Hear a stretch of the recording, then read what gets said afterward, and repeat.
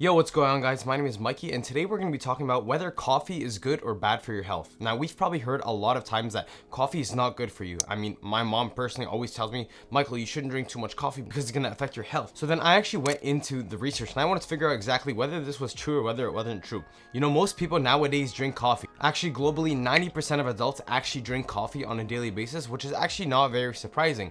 There's various coffee food chains out there, like Tim Hortons here in Canada. We have Starbucks, we have Dunkin' Donuts in America, coffee shops in Europe, as well as all around the world. So it's good to know whether coffee is actually good or bad for your health. And if it is good for your health, how much coffee can you drink in order to ensure that you don't have any adverse health outcomes? So the next part we're going to talk about is whether coffee is genetically predispositioned.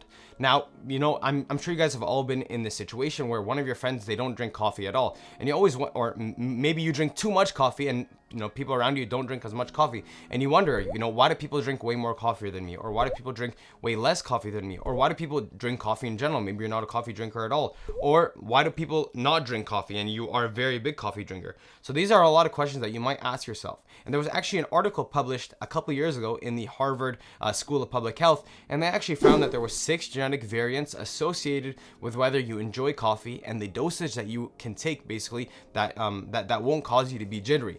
Now, I'm sure you know that if you have a lot of coffee, you'll actually feel jitters. Now, that changes based on every single individual. You could find one person that has 2 cups of coffee and they start to feel jitters, while you could find another person that has 4 cups of coffee and they didn't even feel jitters yet. So this actually has to relate to these 6 different genetic variants. Now, this is really important because this can actually help in manipulating how much coffee you can actually drink on a daily basis. Now, I personally don't get any jitters, but this information is very, very important. If you actually get a genetic test, you could probably find out whether you have these genetic variants or not. So just because you could drink a lot of coffee, you know, I mean, let's say you end up taking this genetic test and you find out that, you know, you have a very high dosage of coffee that you could take on a daily basis and you're going to be completely fine.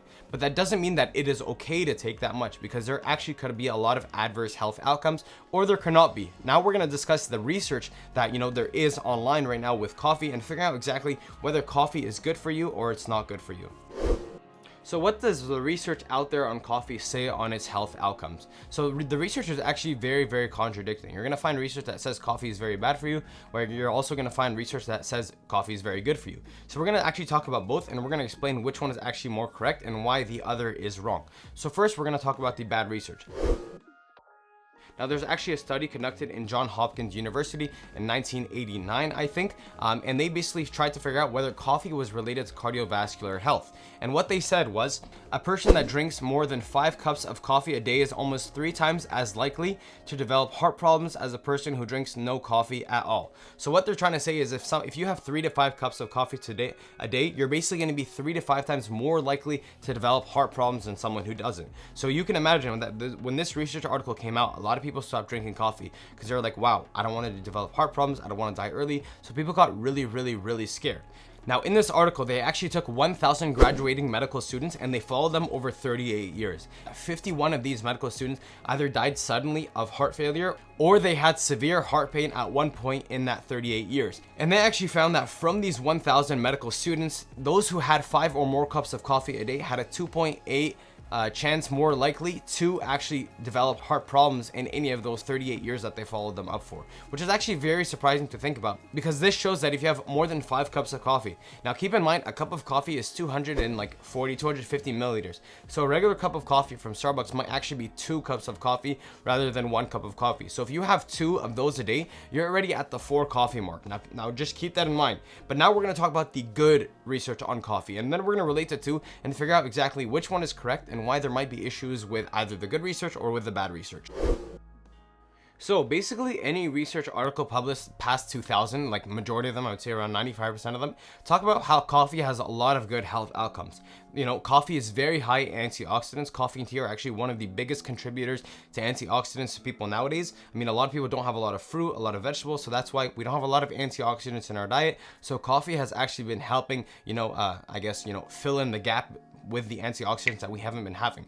We also know that coffee is actually beneficial to cardiovascular health based on the research published after 2000. Now, I didn't want to talk about every single research article separately, so I'm kind of summing up everything I found from all the research articles. According to the Mayo Clinic, if you have less than 400 milligrams of coffee, which is actually the maximum amount of recommended dose for a healthy adult, then you're actually going to have no significant health outcomes. Now, if you already have any predispositioned health outcomes, then you should actually check with your doctor first. Now, make sure you take everything I'm saying with a grain of salt. This is just based on the research, and this is for a regular healthy individual out there. Now, just so you guys understand how much 400 milligrams of coffee is, that's roughly 4 cups of brewed coffee from Starbucks. So that's probably like 2 Grandes or a Trenta or even a Venti and a tall, or it's probably like an X large drink from Tim Hortons. We're talking about black drinks. We're not talking about double. We're talking about black. Like if you get it black without any cream, without any sugar, that is basically how much caffeine you could take. Now, if you get a double, you could probably, get away with having a bit more than that. It's also the exact same caffeine in 10 Coca-Cola drinks, or in 2 energy shots, assuming that the energy shots are 200 milligrams. A regular Monster, one of those Monster energy drinks, those have around 170 milligrams of caffeine in them. So you could probably have 2 of those a day, and you're gonna be completely fine. You'll actually have better health outcomes than other people that don't take coffee, like I said, because they're very high in antioxidants. Now, the general scope of all the research after 2000 basically says that coffee has only one adverse outcome, and that it actually reduces the amount of time you spend in slow wave sleep. Now, if you watched my previous video, you know that slow wave sleep is very important for keeping information in your long-term memory. Now, this obviously is very, it's a big issue. However, if you ensure that you stop drinking coffee, I would say around 8 hours before you go to sleep, you're probably not going to have this adverse outcome. The studies that I found that talk about, reducing slow wave sleep, it's mainly if you drink coffee a couple hours before you sleep. The half-life for coffee is 5 hours. That's the amount of time to reduce the caffeine in your blood by half the amount. So let's say you had, a Venti black coffee from Starbucks at 4 p.m., okay? By 9 p.m., which is 5 hours later, let's say there was 200 milligrams of coffee in it, you would have 100 milligrams of caffeine left in your body. Now, if you increase that by another 5 hours, so 10, 11, 12, 1, 2, by 2 a.m., you'd have 50 milligrams, and then so on and so forth. So realistically, if you stop drinking coffee, I would say, 8 hours before you go to sleep, then you'll be completely fine, and you'll actually have higher antioxidants, and you actually have a higher chance of living longer because you have a lot of high antioxidants, which we know is actually very important to preventing cancer and to preventing a bunch of other adverse health outcomes. So now let's go back to the bad research and let's figure out exactly why the results of the 1,000 medical graduates had actually such a bad outcome. Now, they actually revisited this trial from Johns Hopkins, and they found out that the reason why, people had a lot of heart issues was actually not due to coffee. They had other confounding variables. They actually found that the people that have a lot of issues with their heart actually smoked a lot of cigarettes. So the real reason was because they smoked a lot of cigarettes rather than because they had a lot of coffee. So this is very important to take note of anytime you're reading a research article nowadays. Make sure that everything they track is very accounted for, and this is kind of an issue that is found with very long-term studies because it is hard to track every single variable that takes place in a big study. So it's very good that we did more research on this because we actually changed the way that we think about coffee from very bad to actually very good nowadays.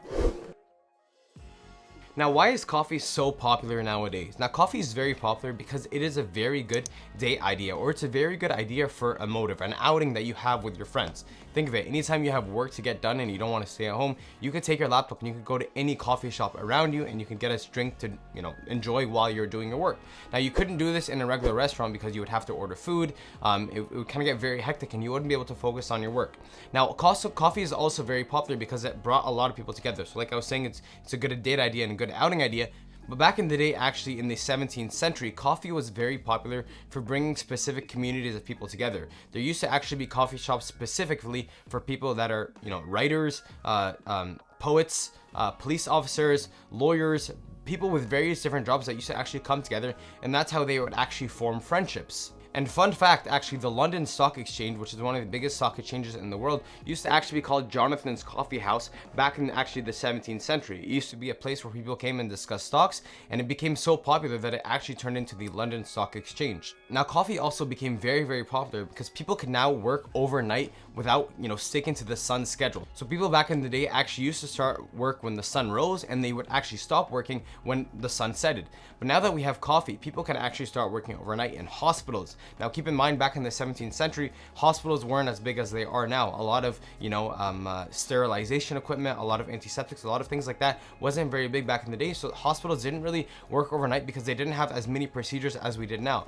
But now that we have way more procedures, there's more efficiency and productivity involved in the hospital workplace environment. So that's why a lot of people actually work overnight in hospitals. And one thing that contributes to that to a very big amount is coffee. Now imagine trying to stay up overnight without drinking coffee. It would be very, very tough. If you were awake the whole day, you would end up falling asleep. And as a doctor or a nurse or any other healthcare worker on duty, that would be very, very bad for your patients. And especially if people coming to the emergency room, it would be very, very bad for them as well. Now, another reason why coffee is very, very prevalent nowadays is that people like kind of drinking something or sipping on something throughout the day. Back in the day, water used to be contaminated a lot, as I'm sure you guys probably all know, with cholera, a bunch of issues that took place back in the day with water. So people used to actually drink alcohol a lot, and they used to basically have a buzz throughout the whole day. And this would actually be very detrimental if they are working throughout the day. A lot of people actually used to get fired for this specific reason. So then when coffee was introduced, this actually helped decrease the amount of people that used to drink alcohol throughout the day. And this actually allowed people to work for longer, periods of time. And this also gave them a big burst of energy. So just to summarize everything I said, coffee became really prevalent in the 17th century. A lot of people used to drink alcohol to have a buzz throughout the day. And this helped people be able to work overnight. It gave them a lot of energy. And there's actually a lot of research on it out there. There used to be a lot of bad research saying coffee was bad, but we found that the reason why it was actually bad was due to confounding variables of people smoking cigarettes. And they thought it had to do with coffee. And basically coffee is very good for increasing the amount of antioxidants to your body. And it does have a downfall of decreasing the amount of time you spend in slow wave sleep.